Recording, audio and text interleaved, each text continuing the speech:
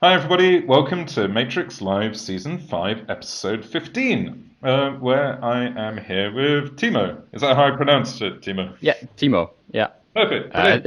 It's a bit difficult. It's German, but Timo, but it's all right. Yeah. Almost So the hi right everyone.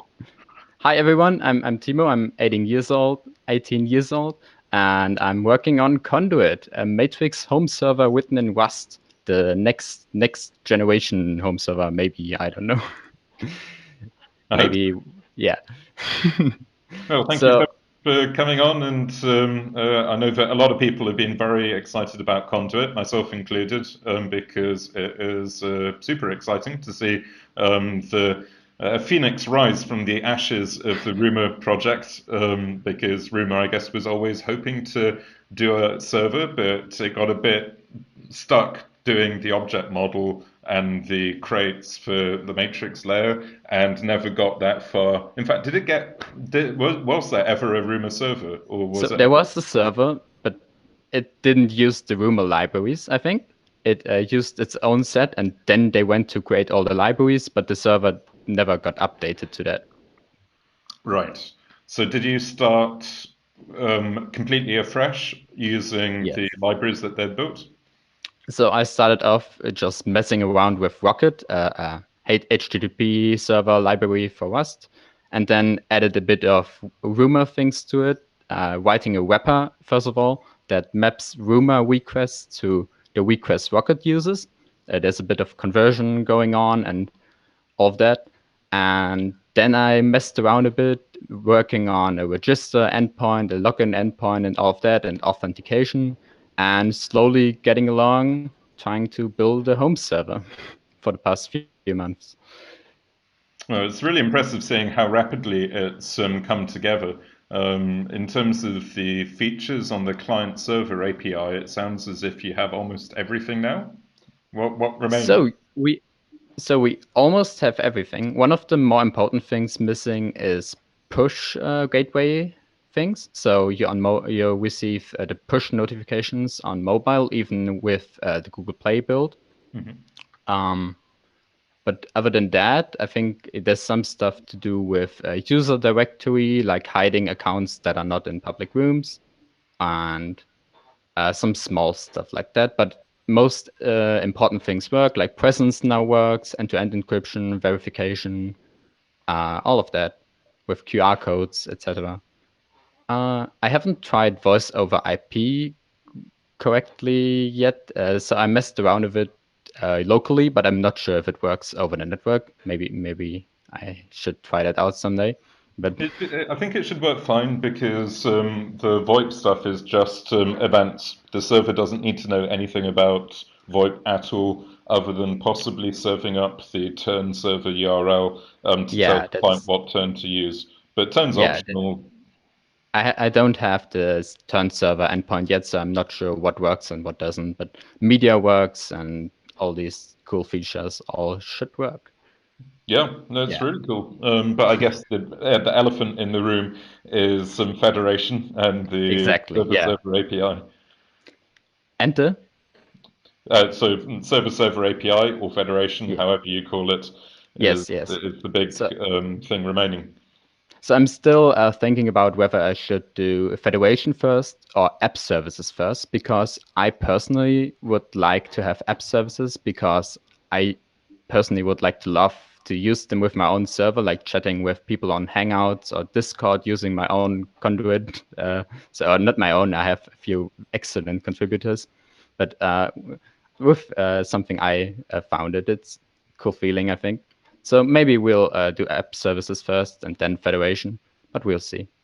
Yeah, no, app service is nice because it's very straightforward. I mean, it's a very thin layer on top of the client server API. It's a bit ugly, the way you register application services using the JSON descriptor is a mess. That's entirely my fault. It's originally we let you specify them. How did we used to do this? So right now you have to read a config, I think, and read out a few tokens and then just send requests over. Yeah, and it's literally this registration JSON config file. which is an ugly thing to specify because it's just a random config file. That shouldn't be in the spec. And the reason we did it was because we were worried about the fact that application services have massive responsibility. They can Yes, yes. fake anything, they can sniff any room, they Yeah, have root on your server. And the idea that people could dynamically provision them via an API just felt a bit scary. It's like it is. Yeah. if Nginx or Apache or something let you rewrite the core config by API and you're an attacker, the first thing you might want to do is to go and start messing around with the config Yeah, file. it could be dangerous if it's not implemented properly. So I have to make sure everything is fine. Yeah. Yeah, Of I know that some testing and people hate checking. it. I think in the end, we'll probably add on the ability to change it by API just because it's so useful to be able to dynamically add in bridges and application So services. my idea for that was that I built an admin room for Conduit. So when you create a new Conduit server, it automatically makes the first user an admin and pushes them into the admin's room with Uh, a room alias and so on. And you can use it like a command line interface and create new aliases or remove users or whatever. So a nicer way to interface with the server. That's something I have planned. Yeah, no, that's really nice, and that could be a way to dynamically change the application services. I think that Construct has a similar command line interface. I don't know if it's exposed as a room or not, and I know I don't that know. on Pantalaimon there was talk about exposing.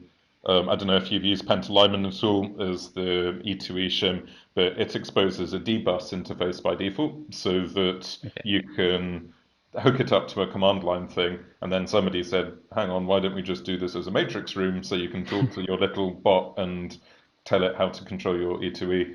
Uh, did you ever use Bittleby on IRC? No. So Bittleby is an IRC bouncer effectively that hooks up to libpurple. So you talk IRC to it, and it talks everything else to Skype or ICQ or whatever it might happen to Mhm. be. And it has this all over the place that every network you connect to appears as a different IRC channel that you Okay. then use as a bot to control it. And from a tech perspective, it's kind of fun, but from a I'm always a bit scared that it could be a bad user experience and people might get more and more into the command line and forget about putting proper user interface on it. So on one hand, it's a nice Yeah. feature. On another hand, it's really geeky. So one problem might be that there aren't very many admin endpoints in the matrix spec. So I Mhm. think there's one, and it might be on accident or something. But I uh, hope there's not any admin ones left in the matrix spec. Yeah, at the moment, admin is left as a home server specific thing yes, because the spec was already too big, and it also is. It is very big. Yes, it is. I mean, lots it's of good. fun to read through it. It's a But good thing and a bad thing. yeah, the good thing is most of the work was made by the rumor team, like creating all these requests and responses. So I can skip like most of the spec and implement the core features. It's really nice. Also, with some of Rust's features, I make sure that every type gets handled like it should. Like if a type can be left out, it's an option, and I have to handle it. That's one of the features of Rust. Mhm. It's really cool. Yeah, that makes sense. So why did you do this in the first place? How did you discover Matrix, and what made you think that polishing or recovering rumor was a good idea? Okay, so I found out about Matrix a few years ago, searching for a good alternative to WhatsApp. Um, I tried around a bit with some how is this peer-to-peer communication thing called? I, Fox. Talks. Yeah, I tried that with a friend. It didn't really work, so I searched on and found Matrix, and it's really cool and it's all open and so on. And I moved a few friends over, had some fun, and the first thing I loved was all the markdown in the client. It's really fun to mess around with that. Um, yeah, and then a few years later, I um someone in the rumor room actually was talking about I would like to contribute to a Rust server, but I don't want to take full ownership and do this full time and work so much on it. And I said like, well, someone's got to do it. And then I started hacking on it a bit and invited a few people to the room, and now we have 214 people there, some of which very excellent contributors helping the project, and it's very cool. Yeah, I mean, something I've been really impressed by is how the community has come together on it. It's something that always bugged me about Matrix itself, that because the Matrix core team were already working together professionally and had been for like 10, 15 years or something stupid before starting Matrix, it wasn't a proper open source starting point. It's not like Linus Torvalds in his bedroom at university saying, hey, why don't I just start a project and see who joins me? Or you saying, hey, why don't I write a Rust home server and see who joins me? And you get this really genuine vibe of anybody can turn up and start contributing, and you've been very generous about accepting contributions from people and saying, hey, yeah, just get on and do this bit, and hey, perhaps you can do this bit, and people do it, and it's been great Yeah, fun to see the proper open source model working. Whereas yeah, in the that's early days of Matrix, we didn't have anybody to do that, so we just did it all ourselves. But then you get this kind of feedback loop of people not wanting to contribute because they see there's already 10 people working on Synapse and they're doing their thing, and it's a different vibe. So well done on having a good vibe. yeah, that's one of my goals, is like helping people to learn how to program in Rust and learn all the features of the Matrix specification so they can become cool contributors and help themselves later on. And it's I like getting people to that point. It's fun. Yeah.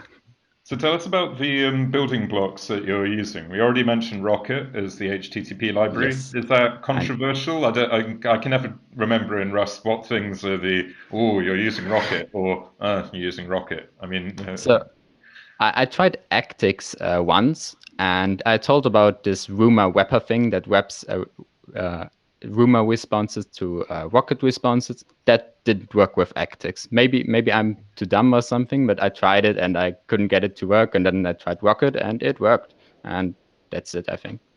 So just trying around and using the thing that works. Yeah. So cool. So what about the database? yeah, database a bit controversial is SLAT. SLAT is a key value database, not like conventional databases. It just has binary bytes as a key, binary bytes as the value, and you can do simple manipulations with them. It's really simple, and you can do things like inserting this key and then inserting another key, and they are sorted like in a binary tree. And this is the core feature, I guess. Um, and then you can build on that, like take all items from this binary key to this binary key, and like going through the tree of key value pairs. And I made heavy use of that to make things more efficient, like storing all the PDUs, like the messages and so on, with a special PDU ID, which is just a number counting up. And this made sure that every PDU is they're all linearly sorted when you go through the tree. And I thought a bit about how to do that with federation, with new events coming in that should be before the last event and so on. And maybe it works. It's very So, cool. So I haven't looked at the schema at all, but how many tables do you have? So you got this one with PDUs in it. What other okay, sort of primitives do you get? let me check. That might be a fun thing to show if I can do it. Well, let me try. The screen Only share have, is still running here, okay? yeah, let me do this one. Okay, Can let you me see just it? zoom on this side so we can see what's happening. Okay, Can you see it? yep. Cool. Okay. So this is the part where I collect all the trees in the database and build one struct out of them. I specifically have this so I can have a good overview of all the trees that exist. So each tree is one key value type thing. So for example, this one maps user IDs to the hashed passwords. This maps user IDs to the display name, and so on. Some are more advanced, like room latest ID to room latest. Room latest is one term I have for read receipts because they are the types of events that you only need to remember the latest version of. So I called them that. Maybe I will rename them later when I do more refactoring, but currently that's the way it's called. And room latest ID is defined in the tree. I'm now in the room edus file, and here they are defined as room latest ID is the, can you see my mouse? Maybe? Yeah. Room ID plus count plus user ID. So you take the room ID, then have a separator, then the count, which is the thing I talked about, the number that's always going up, and then the user ID. And it's in this way because now I can filter. Remember, the database is a binary tree, so I can start off with the room ID and then take all the counts, for example, after the current sync token, after the synth token. And then I can just then I have all the user IDs and can get the read receipt event for each of them. Makes sense. So it really feels like it's quite coupled to SLED, as in you're really Yes, leveraging SLED for all of the storage stuff. It's yeah, not an maybe abstract I storage. can convert it to another key value database, but it's built on this sort of thing. Let's see, what else do we have? Room alias stuff, public rooms. You notice the naming scheme is always key underscore value, like here. That's the thing I went with, so you know how it works. That For is device events, yep. That is very cool indeed. So SLED is presumably embedded in the app. So you are basically forced to have the database running on the same machine as the server as part of Yeah, one great big thing. I mean, I guess it's quite opinionated. it is What, very opinionated, yes. But what that's sort of, also the thing that differentiates it from Dendrite, for example, yep. because with Conduit you have this one server, this one solid server that's self-contained, and you don't need to install anything else except maybe a turn server in the future. But and it's on its own. It's like one server. You need to install this one binary and run it, and that's it. You don't need to set up MySQL or whatever. It just works and has the best performance I can get. So what sort of use cases are you targeting specifically with Conduit? As you say, you want to minimize external dependencies. You don't want to have to set up Postgres or Redis or Kafka or whatever. But who do you see using this? Yeah, I see. For example, people might like myself using them. I have one Raspberry Pi, for example, as a server. Or I had a Raspberry Pi. Now I upgraded to an Odroid HC2. Oh, But very nice. just a small server. And Synapse is not that happy running on that machine. Yeah, sometimes it lags a lot. So this was also part of the motivation why I'm writing this server. And I see people like this who just want one server for their family or their friends using them, or maybe even a company that doesn't want to waste system resources on something big like Synapse and just wants a small server for their internal communication, or maybe external too when Federation finally works. Yep, yeah, makes sense. I mean, it's kind of ironic that Dendrite started off specifically with a goal of being for massive deployments. We wrote Yeah, it, designed it for use on matrix.org 3 years from now, and it's designed to scale up to like 100 million concurrent users if you needed something like that. Except in practice, well, as everybody knows, probably we ended up having to focus on Synapse because we didn't have enough bandwidth to do both Synapse and Dendrite at the same time. And it's only recently that Dendrite has come back from the grave. And ironically, it's targeting a more similar use case to what you're looking at here for the peer-to-peer and the super small home server deployments. except under the hood, it's still lots of different microservices, each with their own database, albeit using SQLite rather than SLED. But there is a bit more of an overlap between the two.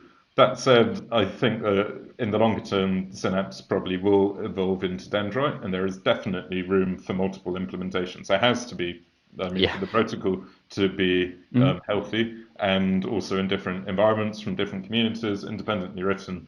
So, I mean, it's been super, super exciting to see how Conduit has come together. It's also been good motivation for the Dendrite guys to make sure that end-to-end encryption now works on Yep, I Dendrite. saw that. Yes. So, I mean, honestly, going and racing each other on stuff is a great way to get Yep. stuff done. And is So regarding peer-to-peer, we now, let me open another file, ooh, client, like for example, sync. Previously, we only had this line at the start of each endpoint. So this is an endpoint. It takes the database and a request body, which is here. This is my rumor wrapper, and it returns a conduit result with the rumor response. So sync events is a type from rumor, and here's the body of that, and it's going on forever. For example, especially for slash sync because it's a big thing. Yeah. So Rocket only requires this line here, which says this is an endpoint that takes like is a get method and takes data as a body. But I added these few lines, this feature line, for example, which makes sure this only gets compiled if the conduit bin feature is activated. And this is because someone on the conduit team, like he's called Devin R. He asks for peer-to-peer functionality for a conduit. So with this, you can take the same crate packages are called crates in Rust. So you can take the crate, disable this bin feature, and can use the exact same endpoint for the peer-to-peer stuff.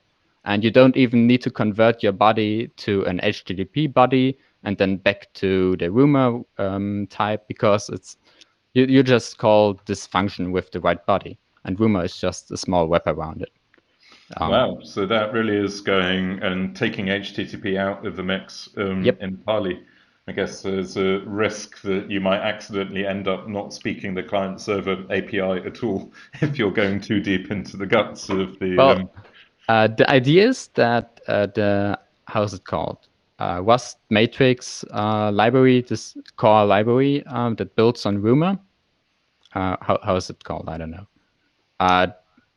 So maybe we convert that to use some special functions which don't convert the request to an HTTP request directly, but depending on whether the feature is activated, just send it over to Conduit directly. So So build that's in peer-to-peer functionality at the SDK level.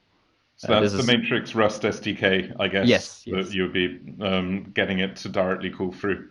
Yeah, I mean, that would be yep. great. On the Dendrite peer-to-peer stuff, we are still going via HTTP between the client and the server, even if it's running inside the same process. But going and properly taking out all of the JSON serialization and marshalling, as well as all the HTTP overhead, that would be super nice. Yeah, I hope that gets to work, and every client that uses the Rust SDK can just activate its small feature to have peer-to-peer. Would be Wow, pretty this is cool. proper jetpack and flying cars territory. I've been playing with the Rust SDK a little bit on a secret project that hopefully I can talk about in a couple of weeks. And I'm now thinking how that could work if we actually could just enable the server component within it. I think the Dendrite guys would never speak to me again, but it would be very amusing to see it if you can get it to work. I guess the problem would also be how to persist sled through to some kind of persistent storage. But if you were doing it in WASM, via Daydream or some other web client built on the Matrix Rust SDK and WASM. Of course, IndexedDB is a key value Yeah, there's store. some work going on translating SLED to WASM, so making it work. It doesn't right now, but maybe it does in the future, and then we just have to update and it works. Wow. Maybe. And it would be persisting data into IndexedDB or Yeah, I think so. No idea. I mean, it'd am be not awesome sure if it about did. WASM.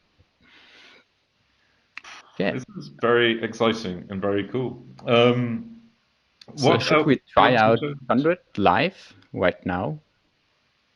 Yeah. So let me share my screen again. The other screen. I think this should work. Can you see it? Yep. Cool. So just head on app element IO and open your account on Conduit. I can sign into my account. So what you have to do, where is it? Okay. Change the home server to Conduit, this one. You can do it as well, so we can like chat with each other. If I do it as well, then my screen share is going to fail, but I can risk it. Let me. Would be What cool. can possibly go wrong here? Right, so we've got you on the And left-hand side now, me on the right-hand side. I cool. shall go. So for some reason, it asks for the security phrase, even though I just cross-signed it. Do you know what's going on there? Yes. Yes. Um, Something to do with where the master signing key is being stored and whether the device that you cross-sign via has actually got the master signing key itself. And if it doesn't, then you have to enter it manually via the passphrase. If it does, then it should gossip it directly, but it's possible there So is still a bug there so when because. I click cancel, it works. So that confused me a bit. Oh, really? Oh, in which case, then that's just a Yes. plain old bug.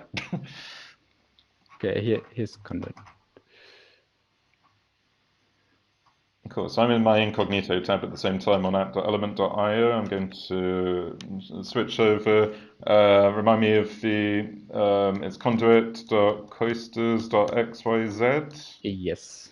Koesters. Yep. Right.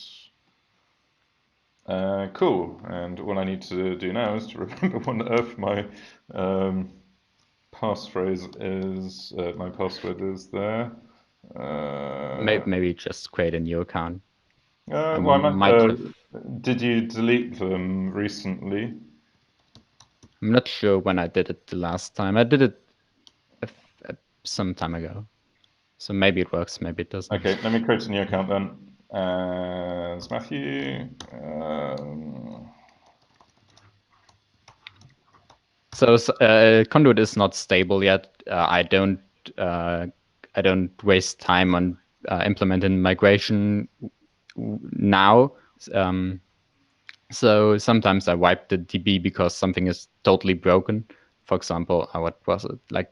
I wasn't saving device metadata, and for some reason everything was breaking when I used the new Conduit version. So I wiped the DB and just yeah. So stable releases will come later. Okay, well, I'm in now, and I'm joining the Conduit room, and Nice, I there I see am. it. Hello! Yep. Interesting that, yeah, I guess we literally crossed each other there, but the latency is Oh, incredibly impressively fast on Conduit. and we Oh, still crossed. Well, okay, let no, me no, but it's create a coming in the DM. right order for me at least. Oh, is that a DM? No, there's Timo. Start chatting. Hello. And it works with E2E. Woohoo. So Yep, should we just try try to. to verify each other? Um, Yeah. Turn it into a cross-signing demo. Oh my God, you got 20 sessions there. You should try verifying me. You don't want to know how many accounts I have. Uh, I should try to verify You you. can terrify away. Okay, well, there it goes, super quick. Accept, verified by emoji. Strawberry Heart Train Apple Robot Guitar Book. Yep. Very much. And security passphrase again for some reason. Interesting. I don't have that. There we go. Definitely one to complain at the Element Web team about. But to be honest, your teams are very nice to the community. Like, I always spam messages almost in the Matrix spec room, and they are always helping and very supportive. I very helpful. Well, I'm glad to hear it because sometimes, yeah, there's a lot of stuff. Well, I'm certainly not keeping up as much with the spec room as I should, so I'm glad that somebody is. But cool. I can go and send some random thing off my desktop, Oh which no. is almost certainly not going to end very, very badly. Yeah, possibly not. But cool. I don't have any nice Minecraft to share, sadly. Oh, should we do a Uh, VoIP call? As we're yeah, on we can VoIP try. anyway. And we can do the world's first ever Conduit back VoIP call. What can go Let's do wrong? it. Let's hit the video call button and see what happens. Oh god. Okay. Yeah. Let me. Well, you hit the try using turn.org because you don't have turn. Yep. Hopefully that might work. Possibly. It I depends on have what your no network is. webcam. Oh, well, I bet you anything you like that it will fail miserably due to the lack of webcam. In fact, it probably even, yeah, that should have hung up automatically. Oh well, it almost was amazing. But you see what I mean? Other than the turn URL, there's nothing that the server Yep. needs to know at all. VoIP worked fine with Dendrite without us needing to do anything to it. Yeah, I think one other thing that wasn't working so well were widgets. These probably need some, like, how do you even do this? Uh, Integrations. Yeah. yeah, so what's happening there is that the integration manager, like Scalar or Dimension, has to call back to the server to authenticate that you are allowed to access the integration manager using a really weird API, which looks a bit like OpenID. I think it sits on the Federation um, namespace these days, even though it has nothing to do with Federation. It's put there purely because it needs to be hit by servers.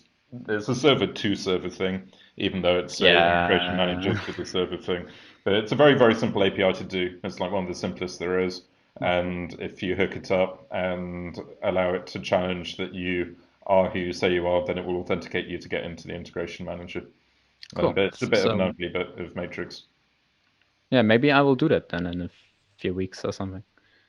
Yeah. Sounds pretty useful. Well, particularly if you're doing the application server API in order to put your bridges and bots onto it, then that would be a really obvious thing to put so you can use Dimension to manage that. So one other thing that doesn't work yet is search. So it just there's no endpoint. And for the same reason, like files don't work, and yeah, I Hmm. have to look into that as well.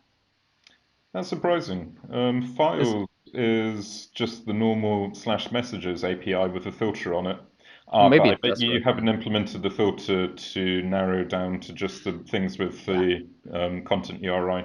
yeah, that's the other thing. Filter. I haven't looked at filters much yet, so yeah, that So, will obvious be it. question. Well, what are you going to do with test or complement? Are you going to try to get lots of passing tests on the client server API on test? So let me open build guide of no. So we have a side test build set up already, and we currently pass not so many tests. Um,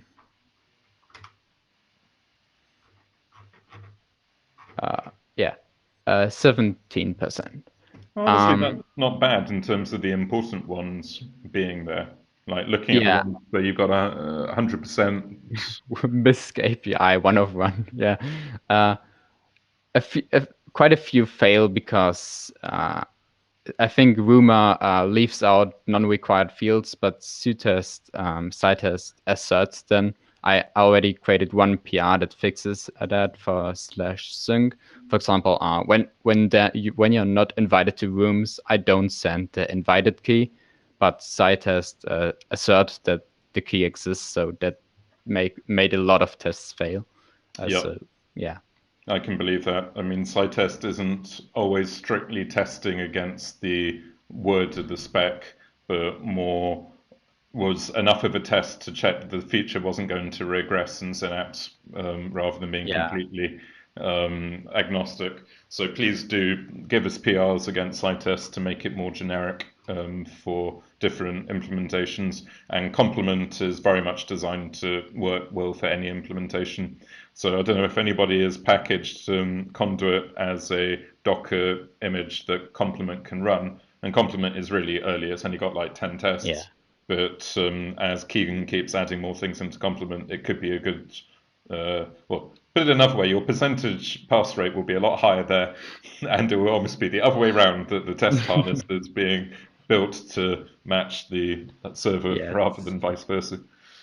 Yeah, so we have Docker build almost. So a few contributors worked on that, and I'm almost at the point of merging it. It's almost a few design choices are still changing, but then it will merge, and we have Docker support to make installation even easier. Very cool. In fact, I meant to ask, what is the configuration like in Conduit? Is it TOML or is it environment variables or what? Let me go to this guide. So the deploy guide suggests using environment variables like this in the service file. There's also a rocket.toml file which you can use, but it doesn't work so well when you call it from a systemd service. In the future, there will be a feature in Rocket which will enable native full config support, so you don't have to do this. But honestly, it works really well. When you go through the deploy guide, you install Conduit, put in this systemd file, and then reverse proxy stuff, and then you're done already. So it's pretty easy to set up. Awesome. Well, I'm aware that we've been going for ages now, and I guess I think I've asked all the questions which you suggested that we should talk about, plus a whole bunch of other random ones. Is there anything else that you would like to show us or explain or talk about? Well, I think we have all the important bits. For example, the Rust stuff and performance is really cool. uh, yeah, I think we have all the important bits. Um, yeah, Cool. thanks for your support from your side and from all my contributors and financial contributors. Yeah, thank you all.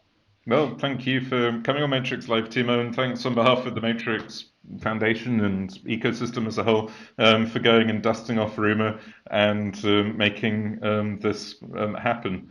I kind of feel bad for Jimmy Quadra, who wrote Rumor originally, in that he had a very, very methodical approach to going through the spec, implementing it bit by bit, and I can see sort of getting stuck into the client crates and the libraries was almost a necessary building block, and it turns out to be a genuinely useful one. But it also Yes. means that you never got onto the fun bit of doing the main server. So I know that Jim has Yeah. gone a bit dark these days, but hopefully he might watch this someday and know that we are very appreciative of all the groundwork that he laid like 3, 4, 5 years ago with Sure. the Rumen project, and hopefully is happy to Yeah, see it's the really helpful, coming to all the life. libraries and so on.